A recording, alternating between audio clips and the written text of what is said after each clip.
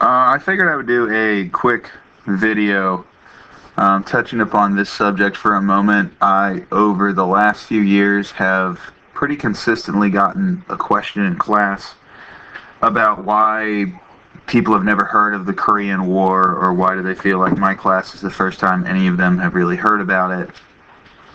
You know, in 3 years, 36,000 Americans were killed. First, big war of the Cold War, all this stuff. And I have a number of students who are very honest in saying they never knew that we had a war in Korea until we had our class. So I figured I would touch upon really quickly and explain why the Korean War had for a long time been called, and still in many ways is called, America's forgotten war. Because it is a conflict that most people are not well versed in or very knowledgeable about, despite the fact it was a large effort and there were a lot of casualties. The first thing I will point out is in the 3 years that we fought in Korea, we had 36,515 combat deaths.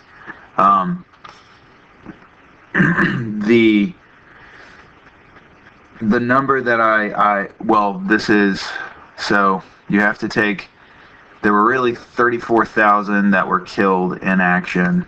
I need to change this. And then there were like 2,000 that died in Korea from non-combat related reasons, accidents,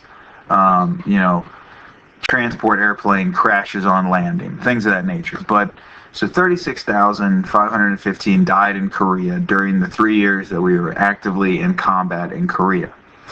I took the 9 years that America had major military commitment in Vietnam. We actually had people in Vietnam longer than this. We had people in Vietnam, we had several thousand people in Vietnam in the early 1960s. We had advisors in Vietnam up until Vietnam fell in April of 1975. But I took the 9 years that America had its most active military contributions to the Vietnam War, and the number that were killed in Vietnam, 56,614. So you can see in 3 years, 36,000. In 9 years, 56,000. If you're curious, the worst year of the Vietnam War for the United States was 1968, with 16,592 dead. So, if you take the year 1968 out of this, you're down to only 40,000 dead in an 8-year period. So you're very quickly approaching Korean War casualty statistics per year. Actually, you're going to get into far fewer per year, actually. Now, why is it the forgotten war if so many people died and it was such a big deal? Well, it wasn't completely forgotten. For most Americans, they know about the Korean War thanks to the TV show MASH. MASH was a show that went on the air in the 1970s and didn't end until the early 1980s. It had quite the long run. It set a bunch of records for back in the day. It was a comedy show about Army doctors at a mobile Army surgery hospital. That's what MASH stands for. Members of the 4077 treating patients in Korea, and of course they had all sorts of wacky adventures and etc. But for most Americans, that is all they knew about Korea. There's a fun fact that it's the whole aspect of the show MASH was on TV far longer than the Korean War went on in reality. And I saw something like every episode of MASH represents 3 or something days in Korea. Like if you wanted to break it down. Long story short, the TV show about the Korean War is more well known than the Korean War. And again, it was a dark comedy. Now, some of the reasons why the Korean War is not well known or talked about or unpopular is, first of all, it sort of caught us by surprise. It highlighted America was not actually ready for a war. America was, we were so eager to get men out of uniform at the end of World War II. We were so eager to bring the boys home. We were so eager to demilitarize, to demobilize. to get life back to normal, to stop spending enormous amounts of money on the war and get everybody just back home, keep the factories moving, all that good stuff. That we had dramatically slashed the United States military in the years after World War II. And basically, we didn't have what we needed to defend Europe, to be a member of NATO, to do this, to do that, and all of a sudden fight a major conflict in East Asia. So that was a little embarrassing. The fact that the enemy fought us to that little toenail of the Pusan perimeter, we did successfully turn the tables on them with the landing at Incheon. And then we get up to the border of China and we get punched in the face and we're forced to retreat and we surrender all the territory we just gained. That's embarrassing. The fact that Douglas MacArthur wanted to go all in and fight a war in China and he was restrained by the president, he gets fired, it's very public, and so, again, that's embarrassing. The real issue, I would say, for a lot of folks, is the bulk of Korea. Again, by the spring of 1951, by the summer of 1951, we basically were where we were going to be until the war ended. The lines had stabilized very close to the 38th parallel. For all the back and forth and the up and down, the fact that the city of Seoul was fought over 4 separate times, the fact that we had gone from basically losing all of South Korea to capturing almost all of North Korea, and we're pretty much back to where we started. We spent the last 2 years fighting a slightly more modern version of trench warfare than we had fought in World War I. And for all the fighting and dying, very little was accomplished. I would say, by and large, that is a major reason why Korea is not fondly remembered, and it's one of those things that honestly people wanted to forget. And you kind of could, because you have to remember this is before big-time television. I'm not saying television didn't exist. It most certainly did.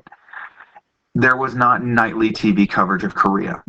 Korea was mostly newspaper still, right? War coverage was still primarily in the newspaper, and then there'd be the movie-tone newsreel before the start of the movie. So Korea was not an ever-present sort of thing in American culture, which means it's something that could be forgotten if people wanted to. It just wasn't satisfying. After the astounding victory of World War II, to fight this limited war where we weren't really fighting for the all-out win, we were basically fighting for a tie. We were fighting to negotiate a peace deal, which was going to feel like a tie. For most of Americans, that simply was not acceptable, or at least not something that worth talking about or bragging about. And so, limited war, while it became a fact of life, starting with Korea, was very difficult to swallow after you fought the total war and absolute victory of World War II.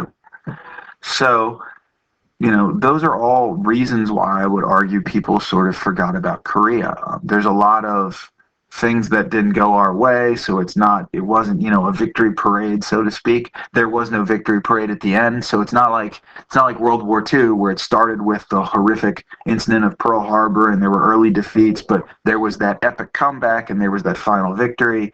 Instead, Korea kind of went back and forth and ended up being a tie that nobody really was happy with, but it's what we got.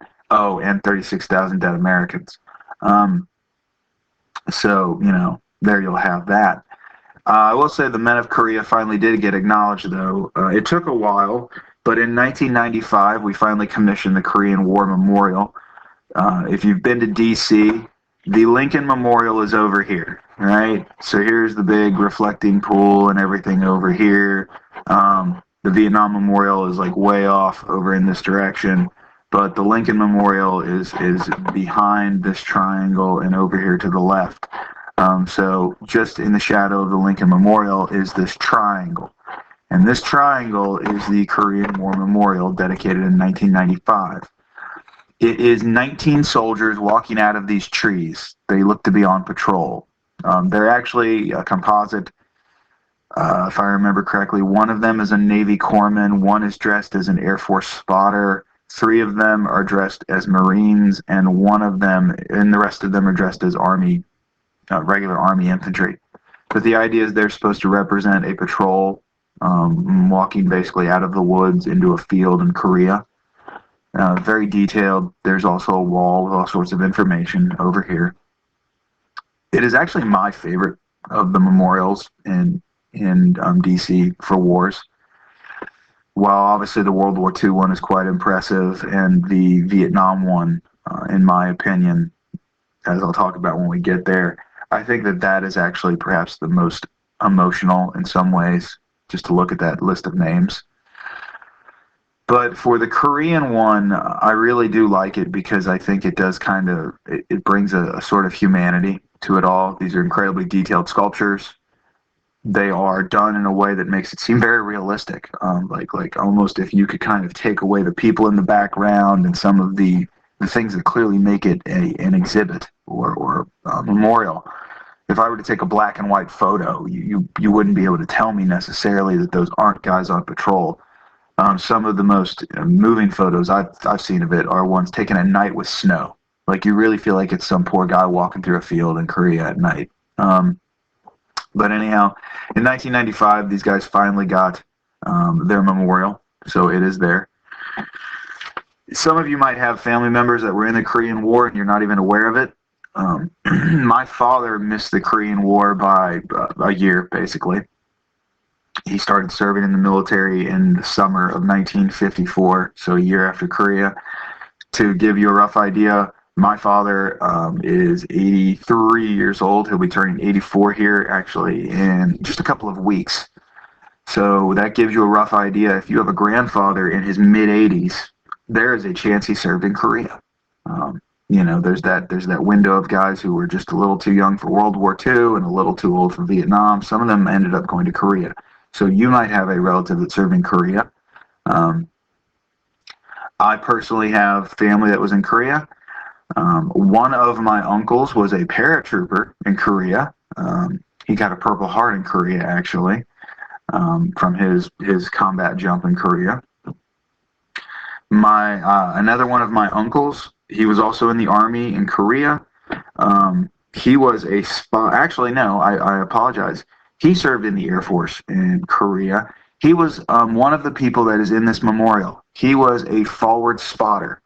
So he would go with Army units into the field and on the front lines, and when they would call in air support, he would be the guy on the radio directing the fire from the air support. So basically, if the plane launched a rocket at a target and the rocket missed, he would basically explain how they missed and how they needed to alter their attack, etc. So I have an uncle who jumped and fought in Korea, another one who went in and basically directed air support in Korea. My wife's maternal grandfather fought in the Army in Korea. He's a great example too. He didn't ever talk about it. Obviously, his wife knew that he'd been in Korea, but none of the family really knew anything. It was he went through some horrible experiences. He was in one of those units that got surrounded by the Chinese when the Chinese entered the war, and they had a rough go of it. It just wasn't a good time. It wasn't the sort of thing that he wanted to talk about afterwards. A bit of PTSD. So you might have family members who served in Korea. You might want to ask them about it. They're not going to be around forever. If they don't want to talk about it, respect their wishes, understand it, thank them for their service. But they are a generation who, just like the World War II generation, are getting up there, and we're going to lose them and their tail pretty soon. But I figured I would go ahead and mention, America's Forgotten War, not forgotten in our class. And like I said, 36,000 Americans lost their lives there. Nothing to forget about at any rate. But I figured I would answer that question of why we don't like to remember it. The short answer to the long answer is basically most historians feel like because it wasn't a resounding victory and it was more of a tie, Americans just wanted to forget about it. It wasn't worth remembering.